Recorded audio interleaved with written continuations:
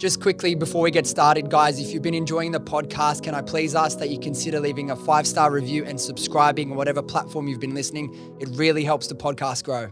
All right, so we've got a different episode today, a solo podcast, just to wrap up the year. It's obviously been an amazing year for us. We launched the podcast this year. I think this is our 35th episode that we've released. And I just wanted to, instead of just putting out another episode, I wanted to actually slow down a little bit, reflect on how far we've come. And I don't mean let's talk about me and what we've done for the podcast, but I want to reflect on some of the biggest lessons from the year that I've had personally going through my journey with Happy Skin Co, the podcast and other projects, and then have a chat about some of the biggest ways or tips that we can, whoever's listening that wants to really smash their goals for 2023, what I believe is some good ways or good strategies to integrate into your life to make sure you can unlock all your potential and change your life. Next year can absolutely be the year that you change your life. As I've said many times before with Happy Skin Co, my life completely changed in the space of a matter of months by launching the right business at the right time with some really effective strategies. Now, this isn't going to be all about business. As you know, the podcast is all about the journey. It's about the mindset. It's about the trials and tribulations and how we overcome them and become better human beings. So just on a personal note, touch on some of the highlights because I think it has been an exciting year for us. We've hit pretty much most of our goals for the year for the podcast already. But so looking at myself, so the podcast has been a massive goal.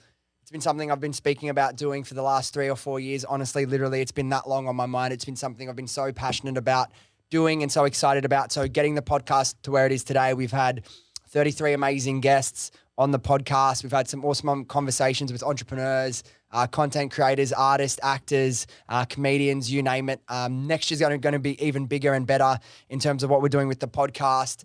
We're taking it on the road next year. We're going to do a week down in Melbourne, a week down in Queensland to interview some of the entrepreneurs and other amazing people in those states so we can make sure we're continuing to bring you the biggest guests and the best guests with the best information in Australia. And then potentially later in the year, we're going to take it international and do a bit of a road trip so we can make sure we're getting, as I said, the best talent and the best stories and the best perspectives on the podcast. As well, another thing that I've been working on that's been a massive win. I'm about 70% of the way through a massive project that's going to launch early February next year. So that's been a massive thing for me to reflect on in terms of Happy Skin Co. Won't spend too much time on that, but like the retail growth for us. And that's connected to one of the biggest lessons of the year I've had. But being able to see our business grow through retail channels has been an amazing journey. It's been a challenge. It's a completely different workflow to e-commerce, but it's been amazing for our business, amazing for myself to develop those skills and that experience and those connections with some of the biggest retailers in the United States. Then another thing that I've really loved that we've done with Happy Skin Co is moving to our new office in Alexandria. It's a much more exciting place to go and work. And as we all know, environment is a really big factor in the performance you can get out of yourself and your team. We're surrounded by amazing businesses that we've had multiple people that are just based down the road. We've had Ice on the podcast, Jade Spooner on the podcast. Their office is literally 2 minutes down the road and that's walking. So it's been amazing to refresh there.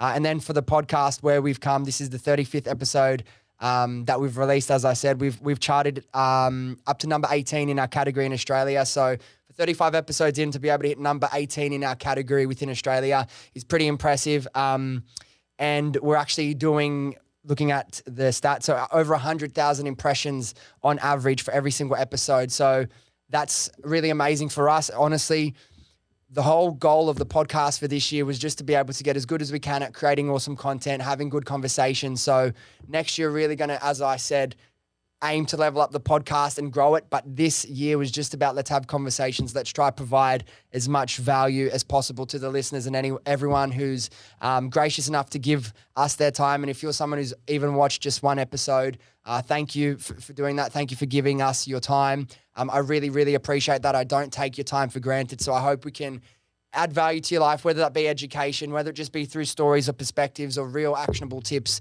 whatever it may be. Thank you for giving us the time. And as I said, next year, we want to take this to another level and we're going to take this to another level. But that's enough about me and about us. I want to go into some of the biggest lessons I've learned this year. And then so obviously whoever is listening can hopefully take away and learn from some of my biggest shifts that I've had this year, some of the biggest lessons that I've had to learn and relearn and see how you can implement them into your life. And then what we'll do, I want to go into 6 ways or 6 strategies you can put into your life to make sure you can honestly smash all your 2023 goals. And even though I say that, I think it's silly that people set New Year's resolutions, but when it's this time of year, I think it's fine to do. There's a bit of a bad connotation with New Year's resolutions, but I think when we're this close to Christmas, we're this close to time off, I think it's important that we give ourselves some space to breathe, some time to reset, spend with family and friends, and reevaluate, sit with yourself, sit with your thoughts and think, what do I really want to achieve next year? How do I want my life to look by the end of the year? And then put in a plan to make that happen. So we'll go through 6 ways I have that we can all do in our lives. I'm going to be doing and I'm going to be living them. And then if you're someone who is we should never be satisfied with where our lives is. We can be content and happy, but never be satisfied with where we are. We always want to be pushing ourselves to improve. So we'll go into some ways we can do that. Some of the biggest lessons for me personally, the first one is patience.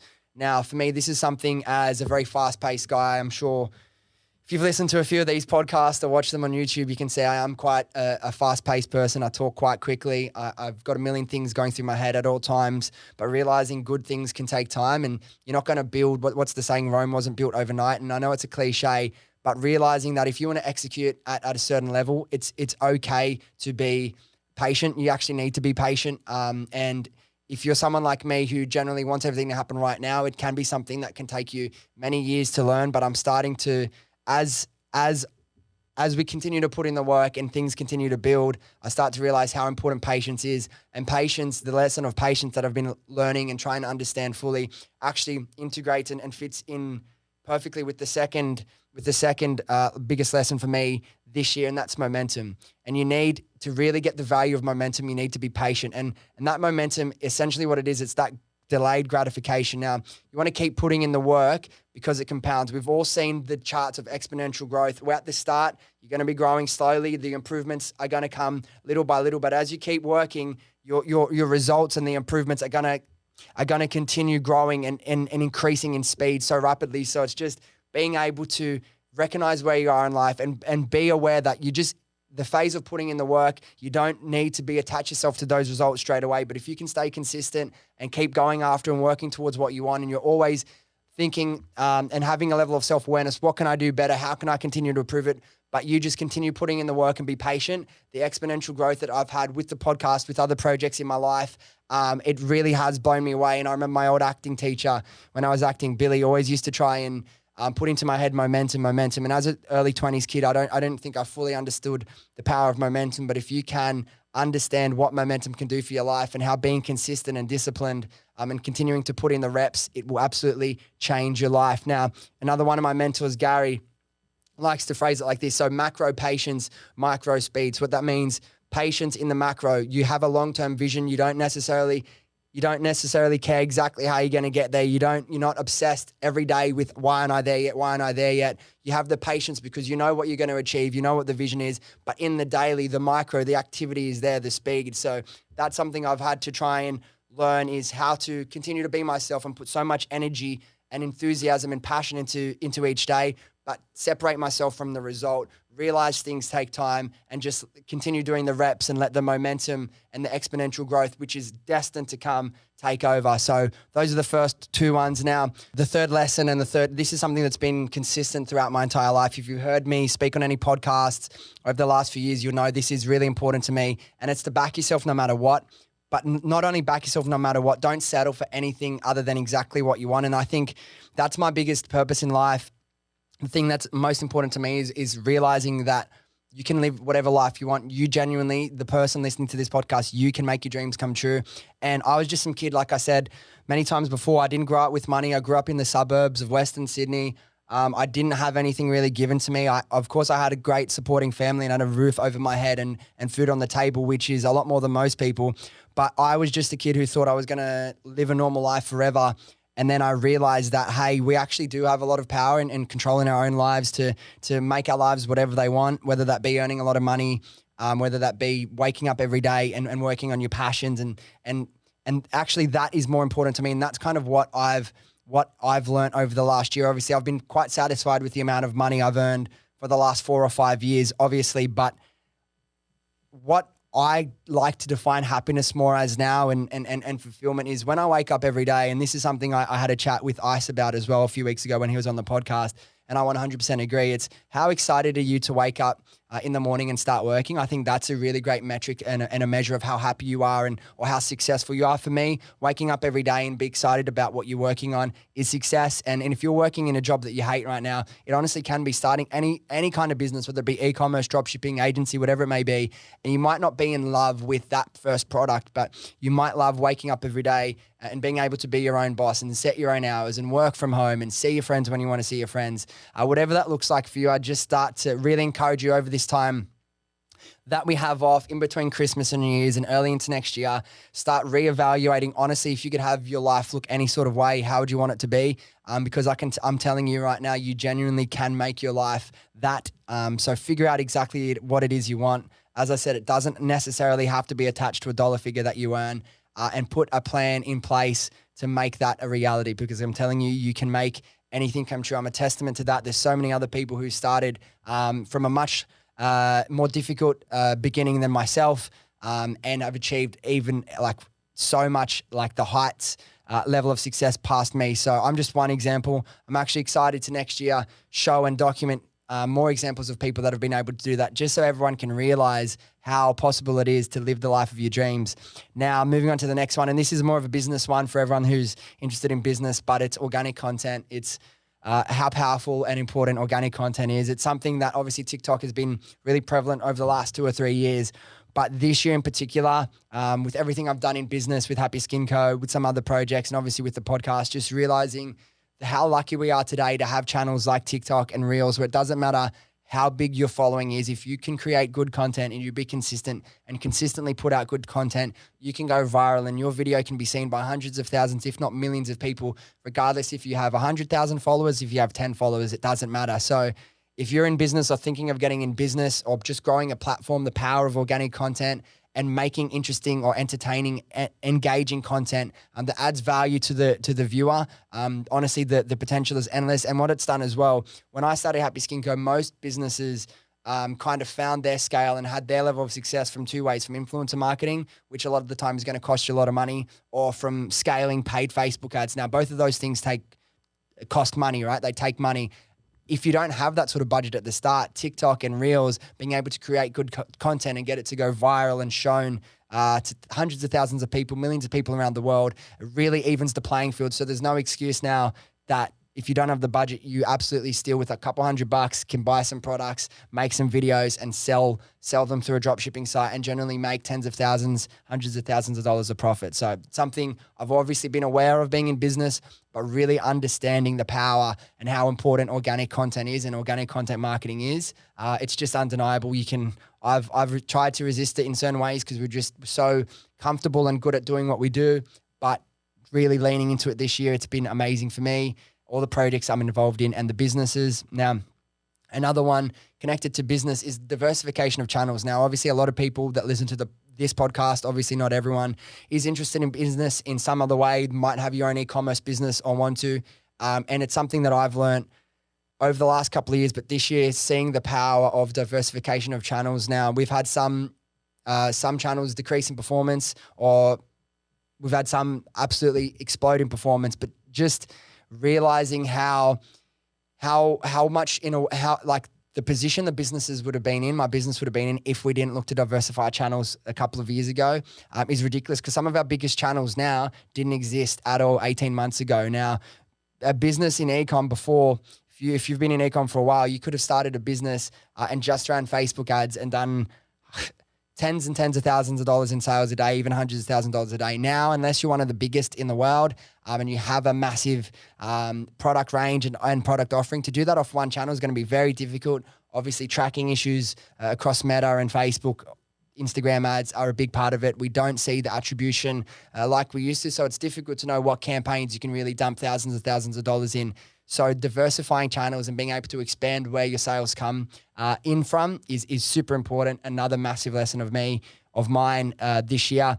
Another one that's super important, I think this should be for everyone as well, but I've really understood the importance of to be always seeking education, always trying to level myself up. Now, something that is just true with the way the world works. We live in a free market. We live in a capitalistic society. The more value you can add to the world is directly correlated, directly linked to the amount of money that you can earn. Now, if you can add a lot of value to people, to businesses, to your customers, you just, no matter what, you're going to earn a lot of money. So if you can figure out ways, and that's what I've been trying to do, where are my weaknesses? What do I need to learn that'll allow me to execute things at a higher level? What do I need to learn that's going to improve a strength of mine to make me an expert in that? And just being able to do that and really take the time to understand things fully or learn new skills, it's having real impacts in my life already. So I would absolutely encourage people to continue to seek education outside of work in your own time. You might not be a massive reader, that's fine. YouTube videos, you've got podcasts, whatever it may be, but just always trying to level yourself up. I just feel is such an important part to, fulfilling your potential as a human being. Now, those are some of my personal biggest lessons. Now, to flip it and talk about how we can actually, smash our goals and hit all our targets for 2023. Here's some of the things that I'm going to be integrating, and here's some of the things that I really recommend. And if you're looking to change your life, improve where you are from the start of the year to the end of the year, here's some things that I really recommend you can do. And it will be able to unlock God knows how much of your potential. Now, the first one, again, it is a bit of a cliche, but I just think it's so important. Success starts in the morning, right? And it's find your morning routine. And I'm not going to tell you what your morning routine is. I've tried many morning routines myself. I used to, for example, I used to wake up at about 6 o'clock. I used to do about 2 hours of my own time, mindfulness. I'd used to wake up, I'd read, I'd stretch, I'd do some of my forms from martial arts, and that would take me 2.5 hours. And that was great. I did feel really great after doing a little bit of movement, to doing some reading and educating myself. But then I would jump into business. And then I heard a piece of content from Alex Hormozi. You probably would have heard me speak about him before, about if your goal is to grow your business and you're in business, the optimal morning routine is to wake up and train yourself to work as soon as possible. Now, when I first heard that, I didn't really agree with it, in the sense that I thought I should be able to set myself up, have a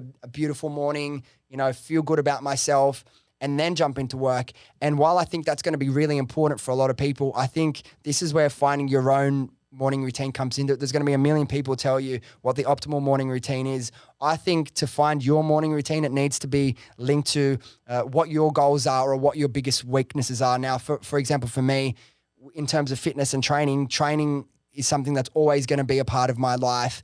I've got structured, martial arts classes, and making myself go for runs or go do workouts isn't something I struggle with. So using the first few hours of the day to do things like that, or things to do like read, where I enjoy reading in my free time anyway, it probably, while it did feel good for myself, was it really giving me the biggest return in terms of driving me closest to my goals?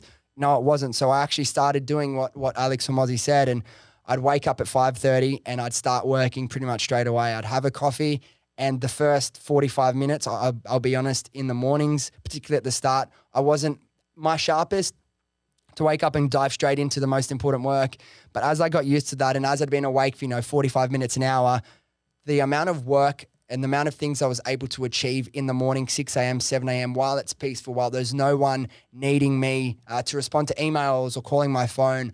And it didn't matter if I got to 9 or 10 in the morning and I'd done 4 or 5 hours of work. It didn't matter what came up in the day, what problems I needed to solve, who called me, how I got sidetracked. I always got that most important amount of work done. And what it did, because I did that, it freed me up. It took the pressure off the rest of the day. I'm more relaxed in life, because I know no matter what, every single day I'm getting 4 or 5 hours of solid, uninterrupted work done to myself. And then anything past that point is a bonus. So that's something that really worked for me. I'm not saying that's the way to approach it for you, but if you're someone who really is looking to take their professional career or their business to the next level, and you can give it a try, honestly, I would recommend it for sure.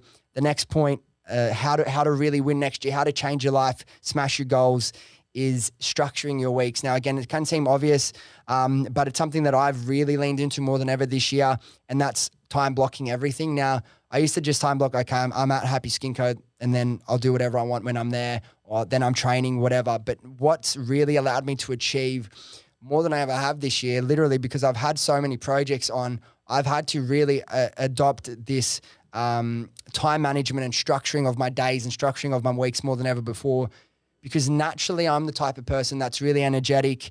I'm really enthusiastic. I have a lot of passion for things I do, but I wasn't naturally the type of person that liked process or liked a lot of structure.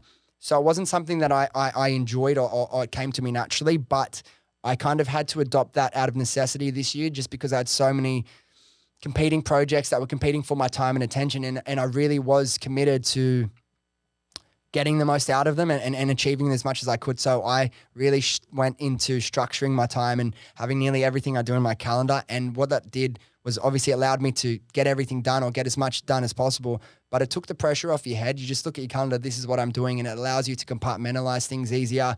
It allows you to be less stressful and have less noise in your head, because all you know you need to do, you spend your Sunday night or your Monday morning planning your week. And at the very least in the morning when you wake up, you look at what your day is and then you know, okay, this is my plan for the day. I don't need to stress out. Anything comes up, I'll just follow this. Of course, there are going to be things and hiccups along the way that are going to take your attention, problems you're going to need to solve, but you can always fall back into that. So I can highly recommend structuring your weeks, particularly if you're at a job right now and you realize you're not particularly satisfied and you want to start your own business. Obviously, you're going to be at work 9 to 5. Structure your 9 to 5 so then you can get as much done when you're there, achieve as much as you can. So you're still making your bosses happy. You're still achieving what you need to achieve at work. But then outside of that, you're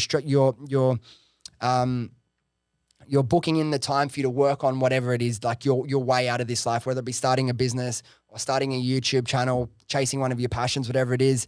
Put all of that into your calendar, including your free time, including your leisure and recovery time. And I just feel like it'll allow you to unlock so much more in your life. Now, the third thing that we can do, and this is something that I'm a massive advocate of, is just find mentors and ask questions. Now, that's off people who have achieved similar things that you want to achieve, people that have, living their life that you really want to live. Now, it's something that you can do. It's one of the biggest hacks to cut down the amount of time it'll take to get you from where you are today to where you want to go. So, it's well documented. I've spent quite a lot of time with Gary Vee and I've learned so much from him, and leaning on mentors like him and having conversations with people like I've had on the podcast that are way more experienced in business than me, like my friend Kobe Simmet, like Michael Lane, like people who have achieved levels of success that I aspire to. How did you get there? How do you approach certain things in your business? So find mentors and ask questions. You'll be surprised how willing most people are to help you out or to get you to cut down the amount of time it'll take you to figure something out, because you don't need to figure it out on your own anymore. There are so many resources out there, both online and in terms of just sliding into someone's DMs on Instagram, send them a message on LinkedIn. A lot of the time, people will be more than happy to help out. Now, the next one kind of is related to that, but it's invest in yourself. Now, you would have heard people saying at least 10% of the money you earn should be invested back into your education, into upskilling yourself. Now, I'm a massive advocate of that. I've spoken a lot about the traditional education system, and I think that has a place for certain industries and for certain roles. Like obviously if you want to be an accountant or a lawyer or a doctor, that's important. But in terms of if you want to be involved in the business world in terms of marketing, branding, content creation, customer service, anything like that, you can learn anything you need to learn online through different avenues, through working with mentors. So really taking that money to not look at it as a cost. We've all heard the saying as well that you need to spend money to make money. So that includes investing in yourself. Now, you hold the key to everything. You are the vehicle that can make your life epic or can make your life really shit. So you need to be investing in yourself. You are the most valuable asset in your life. So why wouldn't you invest that money into yourself, into your own well-being, into your own mindset, doing courses, doing programs, going to seminars like I did, doing events, whatever you can to help improve your skill set or your mindset. I think it's invaluable, and any dollar you spend on yourself is going to come back tenfold. And you've heard way more successful people than me say that, but it's something really, if you haven't been putting too much emphasis on in your life in the previous years, or maybe you have, I would continue to double down on that and really make sure you're continuing to push yourself to grow. All right, so the last two we've got left, and then we'll wrap this up. As I said, it's going to be a bit of a shorter episode today, but it's to set massive goals that really excite you and then to work backwards from there. Now, I like to start with this. whenever I feel stuck in life or I want to partake on a new journey is I like to start out by setting my North Star. This is going to be a big goal. Often it takes longer than a year to achieve. Could be anywhere between 2 to 5 years. And what it is, it's that big North Star, that big dream goal that you want to achieve. Now, if you're starting from the beginning and we want to aim for that, it's quite a daunting gap. For example, if I say earlier this year, I didn't even have a podcast. I wanted to be one of the biggest podcasts in Australia. Now, why that is a massive goal and it is something that excites me, starting from zero and getting to there, there's just too big a gap to really understand what do I do there. So how do I get there? It's too big. There's too many things that need to happen. I don't understand it. While it is big and exciting, the most effective, I like to use these sorts of goals to get you bought in, to get you excited. But the way to actually get there is by breaking it down into smaller goals. Now, I'll use 2 examples. I'll use one example that I've been using this year with the podcast, which is a real life example, which is like I said, want to be one of the biggest podcasts in Australia. I don't think this will take a year. I think this will take a couple of years to get to. But what we did to break that down, we categorize our guests, or we put them in tiers rather. Tier 1, which is people kind of in my network around the same level. Then we have tier 2, which is going to be harder to get. Then tier 3, which is some, global people that, are absolute leaders in their niche, in their industry. And then we have category 4, which is like really dream guest goals. So we're talking to people like Mark Zuckerberg, Elon, The Rock, Conor McGregor, those sorts of people that are really big guests that are going to be like a dream come true to interview. Now, if we want to get The Rock, for example, on the podcast, I'm not going to be able to just, how from this position am I going to get Dwayne Johnson, The Rock on the podcast? But what we could do this year is break it down into smaller goals. And the whole purpose of this year for us was we just wanted to get good at our craft. We wanted to get as good as we could at having conversations, at booking guests, at going along with the flow, at asking interesting questions, about putting together the best content we can, at editing it down into bite-sized pieces of content. So we just wanted to focus on doing the reps. And honestly, one of our biggest goals this year was just to put out 1 podcast a week. And we felt, and it's true, if we can just do a goal like that isn't really results focused, it's just outcome focused. If I can put out a podcast once a week, we're going to get better and it's going to take us closer towards that goal. Another goal we had was every week just do one thing, one small thing to make the podcast better, whether anywhere in the process. So if we could find one small way to optimize what we're doing or to do something better each week, we're extremely happy with that. And then another goal we had, a more tangible goal we had for this year was to get 10,000 followers. Now, we've been able to do that. We're almost there. Well, if you add Instagram, TikTok together, we're over that. TikTok's nearly there itself. Instagram has a little bit more to go. Now, Instagram growth can be a little bit harder to come by. People don't throw around follows as much on Instagram. But that's not something we realized at the start of the year. We thought obviously TikTok's going to grow faster, but TikTok really is performing really well for us. So we'll set some bigger goals for next year. Might be 100,000 followers and start having some tier 3s and maybe even a tier 4 guest on next year. So we break it down into smaller goals, which will allow us to eventually get to that bigger goal, because it's awesome to have that big goal. But really starting from the start of your journey, it's just too big to kind of fathom and see a way there. So start with that big, exciting goal, break your way down from there. Now, one of your goals might be, you might be in a job, whether that be on the tools doing a trade, or you might be in an office job, hating life, or doing sales, whatever that may be.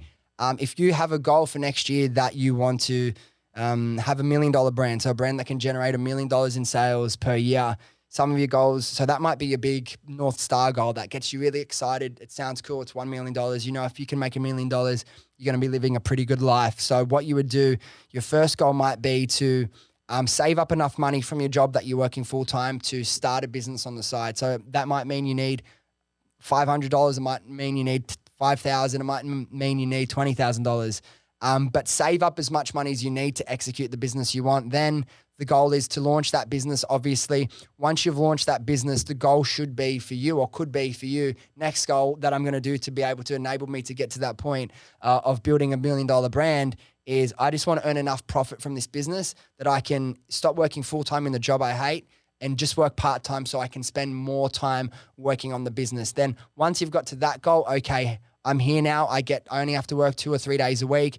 The next goal should be how much money do I need to earn to be able to do this full-time? Set that as a target.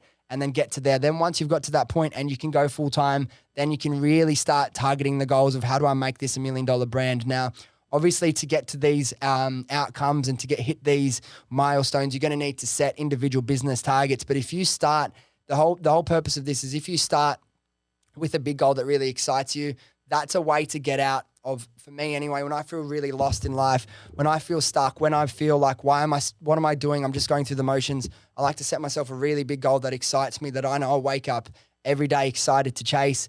And then that's the first step. Then once I've done that and I know that's what I want to do and I'm excited, set some smaller goals or outcomes that's going to drive me closer to getting there. And I'm telling you, you can change your life into whatever you want it to be. I've said this so many times, but I really am such a believer in that. Whoever's listening to this, you can live the life you want to. They don't tell you that in school. They don't tell you that in the media, but genuinely you can.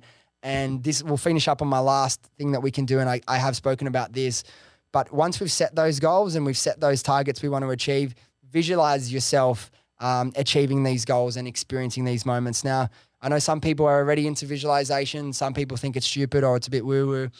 But don't worry about if you feel like it's a bit too woo-woo for you, let's just call it daydreaming. I can tell you, if you daydream about yourself achieving these goals and you can put yourself in these moments, experiencing these moments along the way, like the day you quit your job, the day you make your first $100,000, the day you get your first sale, the day you hire your first staff. If you can see those moments really clearly and experience them, you're going to draw them into your life. But not only that, on a more tangible human level, you're just going to excite yourself. You're going to be filling up your cup every single day that you're visualizing this. Now, if you want to know how I visualize, I've broken it down in a little bit more detail. We did a podcast with Joe, interviewed me. It was episode 13. I'll probably speak about that for 5 or 10 minutes, how I visualize or how you can visualize and use that visualization to actually help you achieve your goals. That was episode 13 of the podcast, so you can scroll back down to there.